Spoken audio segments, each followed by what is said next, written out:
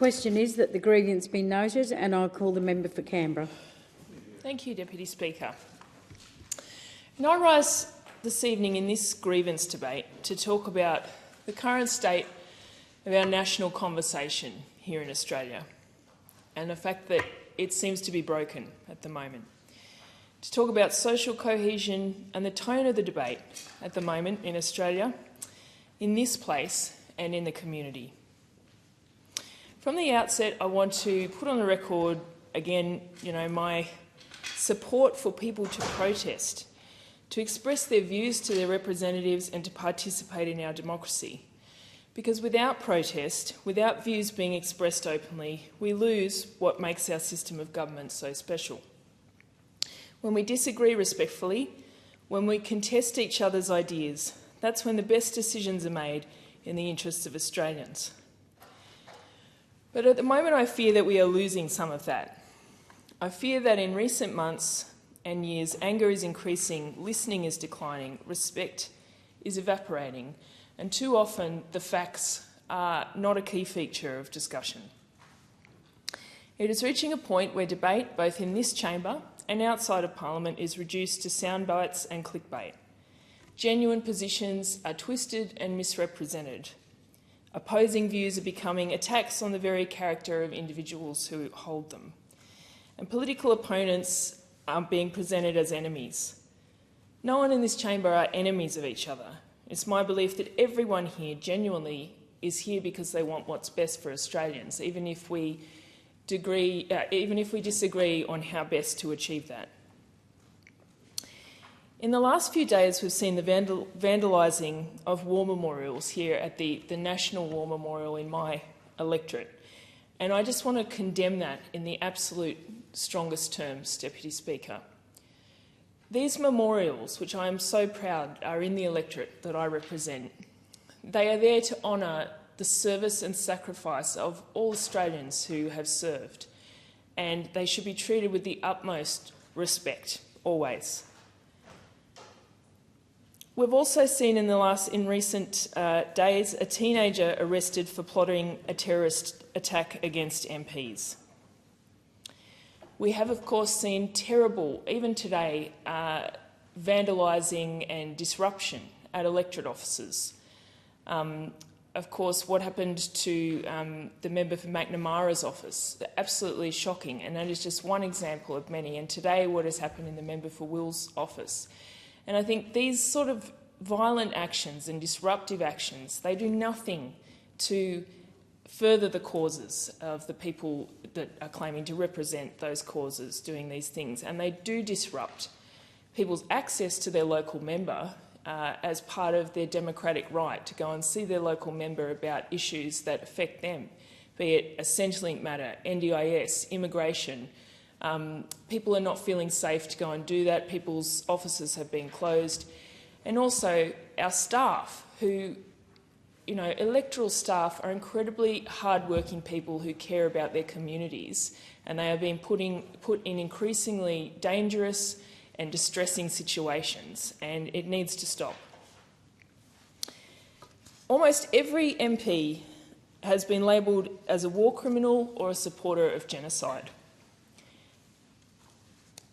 And as someone who has been copping that for many months now, it's ridiculous. Our government has been calling for a ceasefire for over 6 months. Our government is delivering aid to Gaza. Our government has called for Israel to cease attacks on Rafah. And I want to say this in the context of the many speeches I've given on this since October 7 and the many speeches I gave on Palestinian rights before that, since I was elected in 2019, because I understand the deep distress people are feeling about what's going on. I understand the way people in my community are feeling. I've been listening to them on this issue. But there is a dehumanising of politicians that is happening at the moment, which is not good for the debate at all.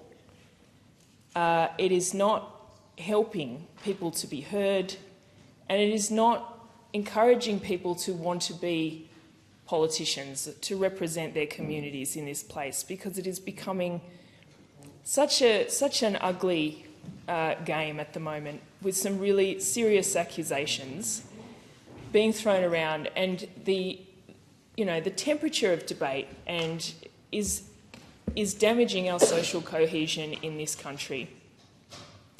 And in recent years around the world, we've seen violent attacks on MPs. We've even seen people killed. And this is not something that we should be blasé about. This is not something remote to us in Australia. We can't believe that we are immune from that. We need to be careful about the conversations we are having in this place and the impact that they are having on people in our communities. And as I'd say, every member of this House and the other place, and many involved in state or territory politics, will have experienced real and physical threats to their safety, or just incredibly confronting emails and conversations with people. And I think that it is not doing anything to further causes. As I say, too often the facts have gone missing in these discussions.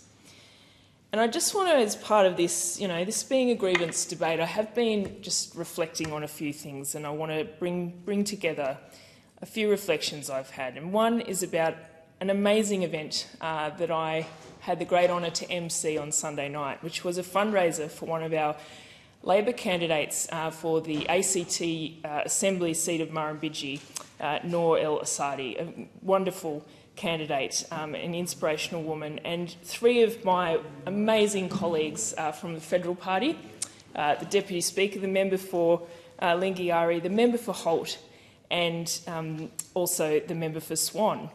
And these four women are inspirational to not just me, but to young women everywhere, and each of them brings such an incredible story that we had the chance to hear that night. And I just feel that this is something that is lost when we are all just diminished, to people who are presented as not caring, as not listening, as not having human reactions to things that we are hearing in the community and seeing unfold around the world. Another event that I want to reflect on was I recently attended a documentary screening of a film about a constituent of mine, Dr. Nilofer Ebrahimi, who is an obstetrician, a gynaecologist, and a former member of the Afghanistan Parliament. And subsequently, she has come to Canberra, seeking refuge here following the Taliban takeover.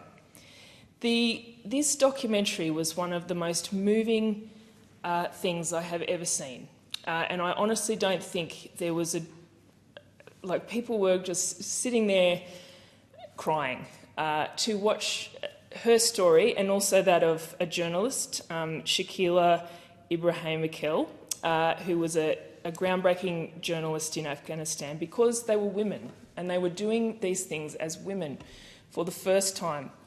And it just really brought home the struggles that people have for democracy, for equality, and one of the most moving parts of this was where Nilofer said, I was the first in my community to be a doctor. I was the first to be a politician. And another part was where, after you see her struggles, her separation from her family, her fears for the safety of her young children, that she says, if I wasn't a real representative, why would I do this stuff? And I guess, first of all, the message is that we cannot forget the women of Afghanistan, the women and girls who have now gone for over 1,000 days without access to education. And that is something that Nilofer's organisation, she runs here in Canberra, the Zamzam Foundation, does to support them. But I think it's important that we all just take a moment to think about what people in this place, what we are trying to achieve, that we are listening, that we are people, and that we are trying, that we feel the same things that you in the community, that people in the community feel, and that we should all, including in this place, just take the temperature down on debate and work together for a peaceful democracy.